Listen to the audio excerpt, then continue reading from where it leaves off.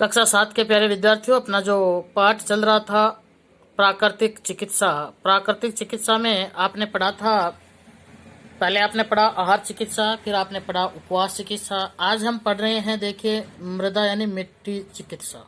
देखिए, मिट्टी से भी अब बहुत सारे रोगों का उपचार हो सकता है। तो इसमें किस तरह से, इसमें क्या बताया गया वो देखिए। मृदा द्वारा उपचार बहुत ही सरल और प्रभावी होता है कि जो हम मिट्टी से जो उपचार करते हैं वो देखिए इस तस्वीर के अंदर बताया गया है। बहुत आसानी से हम कर सकते हैं किस तरह से इसका प्रयोग करते हैं पैरों पर मिट्टी लगा करके। तो देखिए इसमें कौन कौन सी बीमारियां और किस किस तरह से इसका प्रयोग किया जाता है। सबसे पहले देखिए, मृदा द्वारा उपचार बहुत ही सरल और प्रभावी है। मृदा प्रकृति के 5 तत्वों में से एक है। यानी आपको पता है पृथ्वी 5 तत्व है प्रकृति में जिनसे हमारा जीवन बनता है ना। मिट्टी, हवा, जल, है ना, अग्नि, आकाश, जिसका हमारे जीवन और स्वास्थ्य पर बहुत ही महत्वपूर्ण प्रभाव पड़ता है। मिट्टी के निम्नलिखित गुणों के कारण उपचार में इसका उपयोग किया जाता है। देखिए मिट्टी में कौन कौन से गुण है। यह सस्ती और आसानी से सर्वत्र उपलब्ध होती है। इसके अंदर हमें पैसे खर्च करने की जरूरत नहीं है।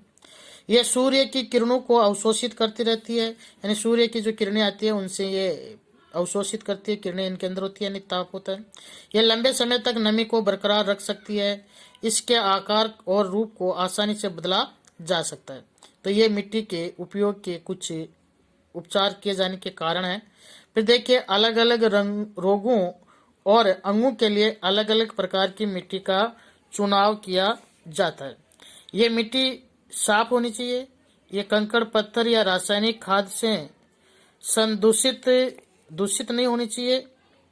और इसके लिए मिट्टी को जमीन की सतह से 3 या 4 फुट खोदकर निकाला जाना चाहिए। तो ऊपर से हमें मिट्टी नहीं उठानी है, मिट्टी में गड्ढा खोदकर कम से कम 2-3 फुट नीचे से मिट्टी हमें निकालनी चाहिए।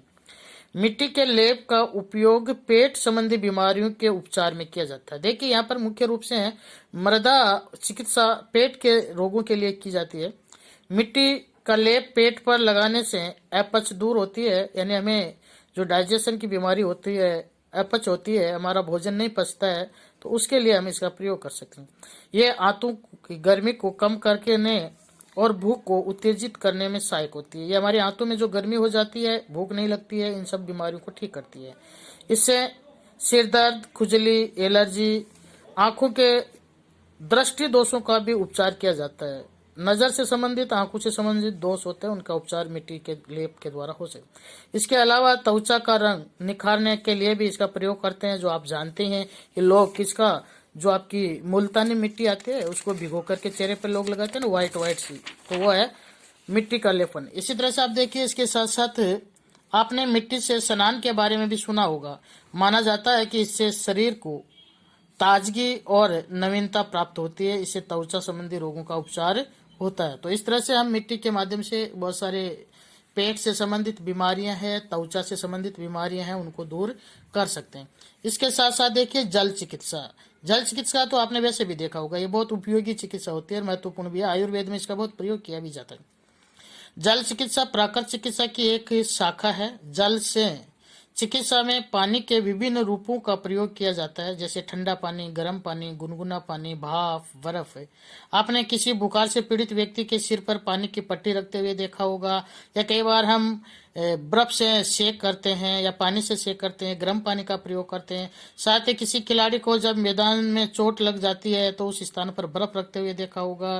कभी कभी डॉक्टर भी गर्म या गुनगुने पानी से दवा लेने या कुल्ला करने की सलाह देते हैं। तो जब किसी के पांव या हाथ में सूजन आ जाती है ना, तो उस समय क्या करते हैं, सूजन आ जाती है तो उसे गुनगुने पानी से धोने या सेक करने की सलाह दी जाती है। और ये और कुछ नहीं बल्कि जलोपचार ही तो है। ये जल के द्वारा बीमारियों का इलाज ही तो है, जलोपचार, जल से उपचार, जल से उपचार या जल द्वारा उपचार। इसमें जब विज्ञान का रूप ले लिया है, स्नान भी जलोपचार की श्रेणी में ही आता है। हम जो स्नान करते हैं वो भी एक हमारे शरीर के लिए उपचार ही है। इसके साथ साथ देखिए अंतिम है मालिश। मालिश चिकित्सा, इसके अंदर भी देखिए शरीर के कई सारे रोगों का इलाज हो जाता है। मालिश निष्क्रिय व्यायाम का ही एक रूप है। यह भी एक प्राकृतिक चिकित्सा का अंग है। शरीर की शरीर पर की जाने वाली मालिश बहुत ही लाभकारी होती है। आपने देखा होगा कि कई बार किसी अंग में चोट लगने पर, मोच आने पर चिकित्सक मालिश करने की सलाह देते हैं। छोटे बच्चों को भी मालिश की जाती है क्योंकि उसकी मांसपेशियां मजबूत हो सके। बालों में की तेल से मालिश की जाती है। मालिश से रक्त परिवहन संचार तंत्र सुचारू बदल जाता है। यह हमारा खून का सही संचालन शरीर में होता है, संचरण होता है। साथ ही सारी मांसपेशियां भी मजबूत होती है। सर्दियों में मौसम में पूरे शरीर पर तेल लगाकर धूप सेकने से बहुत लाभ होता है। मालिश करने के लिए अच्छा विकल्प है। जो व्यायाम करने में असमर्थ होते हैं उनको मालिश करनी चाहिए। मालिश दर्द, सुन्नापन, रक्तचाप, तनाव से राहत देती है। इसके साथ मालिश कई प्रकार की हो सकती है, जैसे तेल मालिश हो सकती है, पाउडर मालिश, जल मालिश, सूखी मालिश आदि। सबसे कारगर मालिश तेल से होती है। मालिश के लिए जिन तेलों का प्रयोग किया जाता है उनमें से प्रमुख है सरसों का तेल, तिल का तेल, नारियल का तेल, जैतून का तेल और खुशबूदार तेल। तो बदलते समय और बढ़ती शारीरिक समस्याओं के समाधान की खोज में हमें धीरे धीरे इन प्राकृतिक उपचारों की ओर वापस जाना चाहिए और प्रकृति की तरफ हमें लौटना चाहिए ताकि हम इन बीमारियों से निजात पा सकें। तो आज के वीडियो के अंदर आप ये पढ़ेंगे। इसके साथ आज आप होमवर्क के अंदर आप करेंगे आओ करें एक।